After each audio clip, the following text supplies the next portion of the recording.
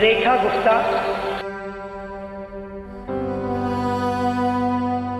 जब रेखा गुप्ता जी का नाम अनाउंस किया गया तो मैं सीधा 30 साल पीछे चली गई। 2025 में हैं अभी हम, और 1995 30 साल पीछे गई। तब हमारे पास मोबाइल नहीं हुआ करते थे, एल्बम होती थी, एल्बम खोजी, उसमें से एक तस्वीर खूबसूरत जिसमें मैं अध्यक्ष पद का चुनाव जीती थी NSUI से, और रेखा गुप्ता ABVP से सचिव पद जीती थी, और दोनों ने मिलकर शपथ ली थी। वो वही तस्वीर है।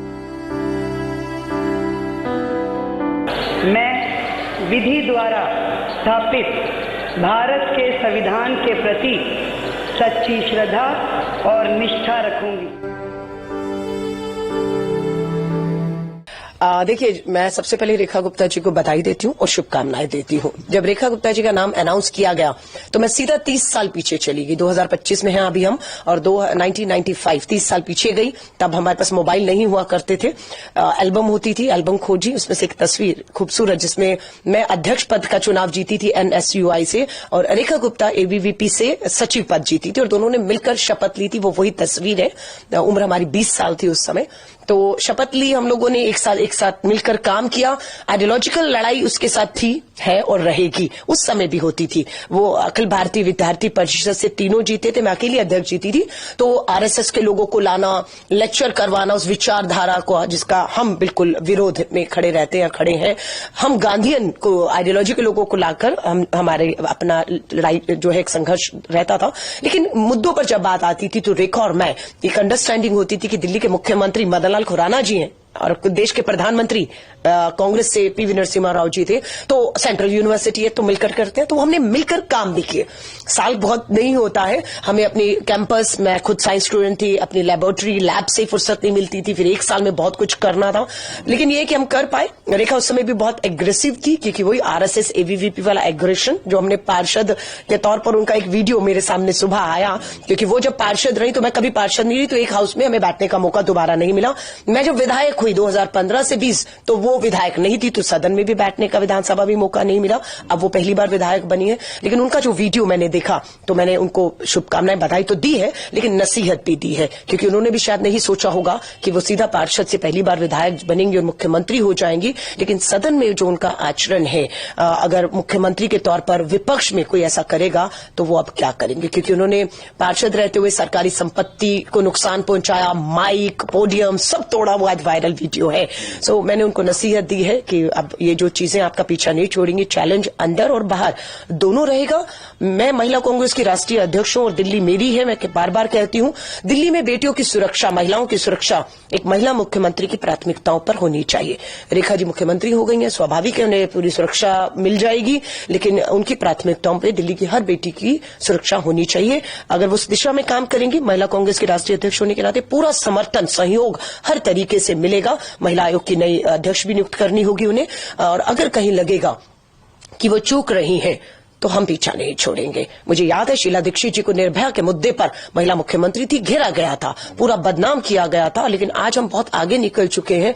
आज कोई इफ एंड बट नहीं, केंद्र में उनकी सरकार, गृह मंत्री, पुलिस, LG सब उनके हाथ में है, और वो कर सकती हैं, करेंगी तो बेहतर है, क्योंकि वो कामयाब होंगी तो दिल्ली कामयाब होगी, क्योंकि मुख्यमंत्री हैं। वो फेल होंगी तो मेरी दिल्ली फेल होगी। लेकिन चुनौतियां उनको अंदर ज्यादा रहेंगी, बाहर से मुझे लगता है की तुलना में। हाँ, काम नहीं करेंगी तो शायद लगता है कि ज्यादा चुनौतियां उनके पास होंगी। उनसे जब पूछा गया, जब वो इलेक्ट हुई, उनसे उन्होंने कहा कि उनकी एक स्टोरी एक इंस्पिरेशनल स्टोरी हो सकती है, कि एक मिडिल क्लास लड़की टॉप लीडरशिप पे अब CM बनने जा रही है।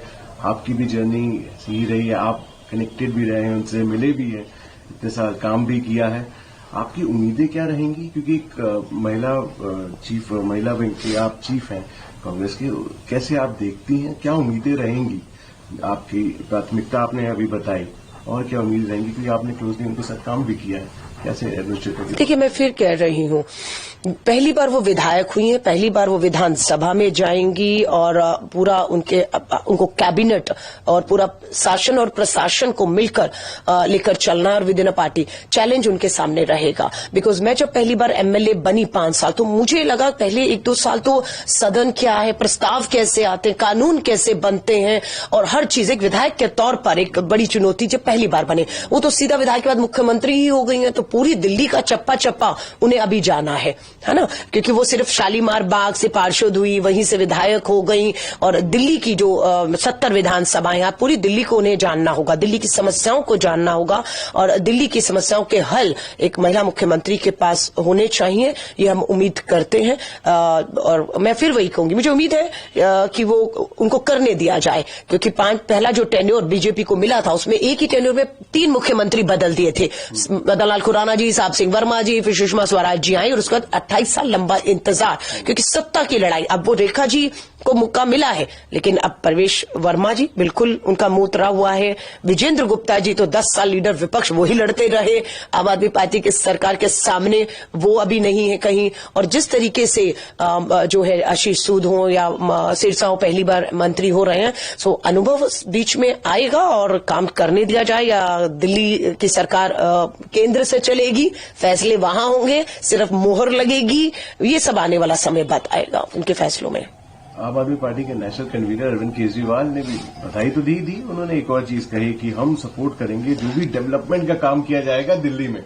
उनके डेवलपमेंट के काम के ऊपर आपने काफी कटाक्ष किया, आपने चुनाव भी उस पर लड़ा, जो इनका डेवलपमेंट मॉडल था उसके ऊपर काफी बातें हुई इस पूरे चुनाव में। अब इनका ये जो बयान आया उसको देखिए, अरविंद केजरीवाल जी को मैं कहूंगी, आप तो सहयोग करते ही आए थे बीजेपी को, आप ना सहयोग करते तो आप 10 साल सत्ता में नहीं रहते।